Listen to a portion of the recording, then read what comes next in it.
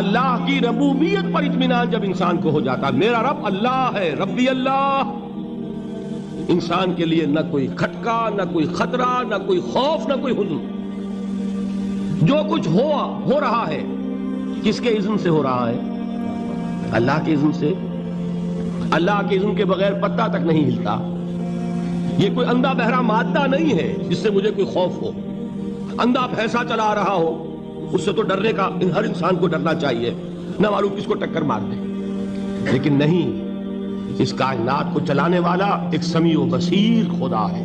مایوس کبھی بھی مت ہونا میرے دوست۔ اگر آپ مایوس رہتے ہیں تو اس بیان کو آخر تک ضرور سن لیجئے گا، کیونکہ اس بیان میں ڈاکٹر اسرار احمد صاحب نے بہت ہی زبردست بیان فرمایا ہے۔ تو اس بیان کو آخر تک ضرور سنیں، اس بیان کو سن کر آپ کبھی بھی مایوس نہیں رہیں گے۔ تو دوستو ہم لے کر چلتے ہیں آپ کو ہم بیان کی جانب۔ اللہ کہے کہ ہمارا رب اللہ ہے، پھر اس پر جم جائے۔ ان پر فرشتوں کا نزول ہوتا ہے۔ نہ کوئی غم کرو نہ خوف، خوشیاں مناؤ جنت کی جس کا تم سے وعدہ کیا گیا تھا۔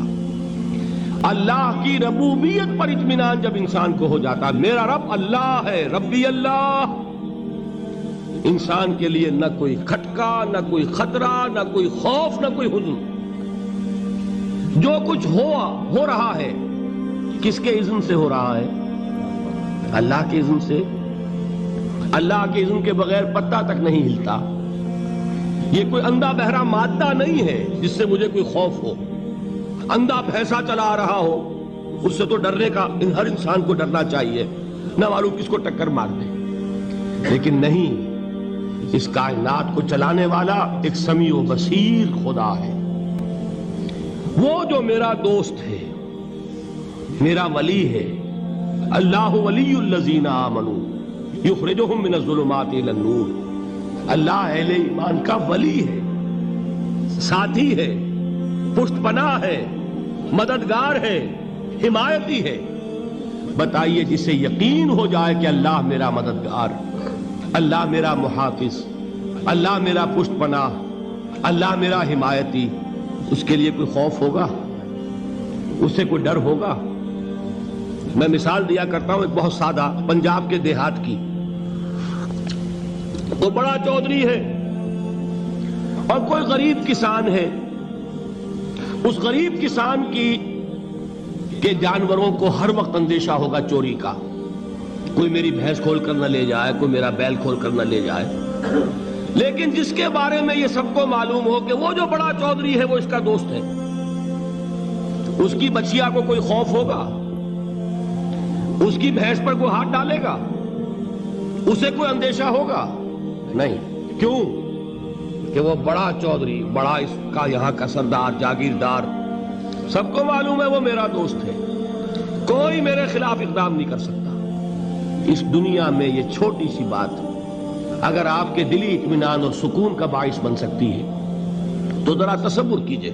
میں لفظ تصور استعمال کروں گا صرف اس لیے کہ اس کا ہم جس کو کہتے ہیں ادراک اور شعور کر نہیں سکتے، اگر کے ساتھ کر سکتے۔ اگر یقین ہو کہ اللہ میرا مددگار اور یقین ہو کہ اللہ ہر آن میرے ساتھ ہے، پھر کوئی خوف، کس کا خوف؟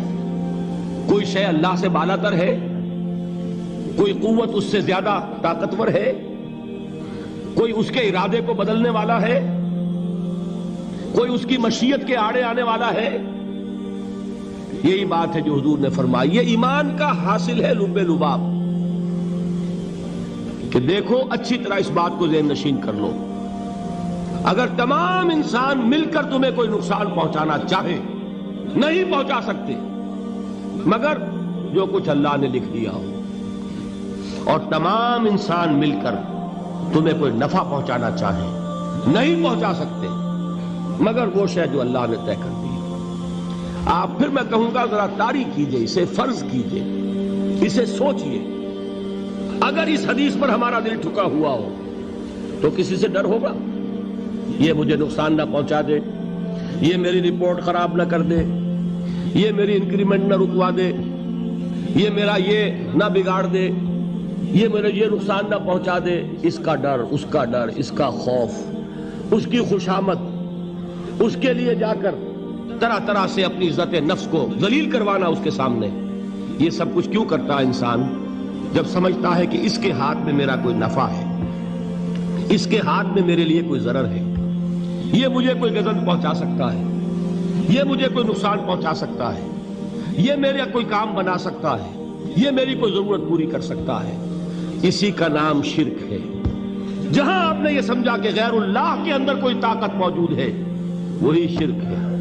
بتوں سے تجھ کو امیدیں، خدا سے نومیدی، مجھے بتا تو صحیح اور کافری کیا ہے. شرک تو یہ ہے.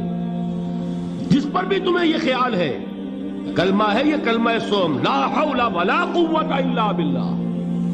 ذرا اس پر دل کو کبھی اگر آپ تصور کریں، پھر فرض کریں، دل ٹھک جائے اس پر، کوئی طاقت نہیں. یہی بات تھی جو شیخ عبد القادر جیلانی رحمت اللہ علیہ نے اپنی وصیت میں اپنے بچے سے کہی. 11ویں دینے والے ہیں، لیکن حضرت شیخ عبد القادر جیلانی کی وصیت اور تعلیمات کو کتنے لوگ ہیں تم جانتے ہو؟ یہ جن مقامات تک پہنچے ہیں وہ کس چیز کی بدولت پہنچے ہیں؟ انہوں نے جو پیغام دیا وہ کیا تھا؟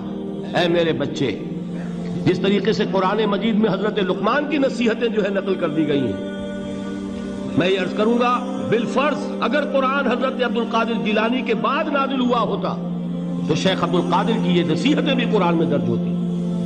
اتنی اونچی نصیحتیں ہیں.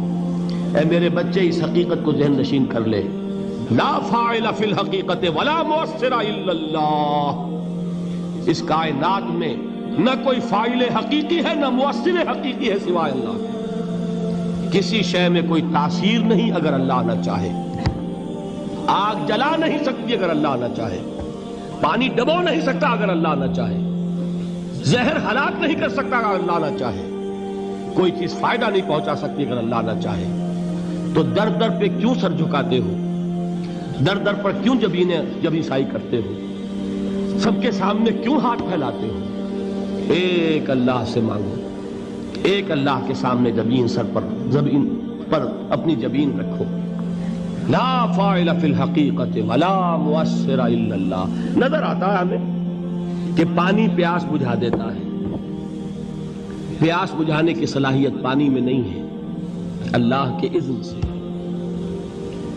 کھانا بھوک مٹا دیتا ہے، بھوک مٹانے کی صلاحیت کھانے میں نہیں ہے، اذن رب میں. دیکھیے یہی یقین تھا. حضرت موسیٰ علیہ السلام کا واقعہ یاد کیجئے. سامنے سمندر آ گیا ہے، قوم دیکھتی ہے پیچھے کہ گرد و غبار کا طوفان ہے.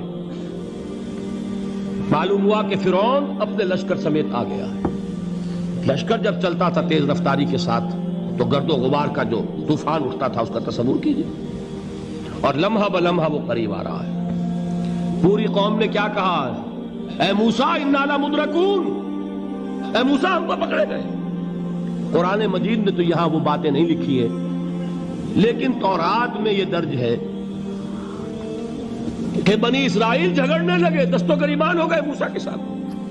موسیٰ ہمیں یہاں مروایا لا کر، اس سے تو ہم وہیں بہتر تھے. وہاں کھانے کو ملتا تھا، زندگی تو تھی، بیگار ہم کر رہے تھے، موت تو نہیں تھی. اب جو کچھ ہوگا اس کا تصور کرو، جس طریقے سے ہمارے ٹکڑے اڑائے جائیں گے. تو لڑ رہے ہیں حضرت موسیٰ علیہ السلام سے. یہ تورات کی تفصیل ہے.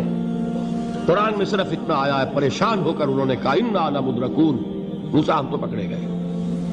اس وقت موسیٰ کا جواب کیا ہے؟ کلا ان معی ربی سیہدین. نہیں، میرے ساتھ میرا رب ہے، وہ راستہ دے گا. بتائیے کہاں راستہ نظر آ رہا ہے؟ یہ ہے ایمان بالغیب. راستہ نظر نہ آئے تب اللہ پر یقین ایمان ہے. جیب میں پیسے ہوں اور تب دل کو اطمینان ہے تو ایمان کس پر ہوا؟ پیسے پر، اللہ پر نہیں. جب وسائل و ذرائع نہ ہوں اور پھر یقین ہو کہ اللہ مسبب الاسباب ہے، وہ اسباب کا پابند نہیں ہے، وہ اسباب کا محتاج نہیں ہے، اسباب اس کے محتاج ہیں. اگر یہ یقین ہے تو اللہ پر ایمان ہے. یہ نہیں ہے تو تمہارا ایمان اسباب پر ہے، وسائل پر ہے، ذرائع پر ہے، مادیات پر ہے، اللہ پر نہیں. اس وقت کہاں راستہ تھا؟ کوئی راستہ تھا؟ سمندر ہے اور ادھر سے لشکر آ گیا ہے.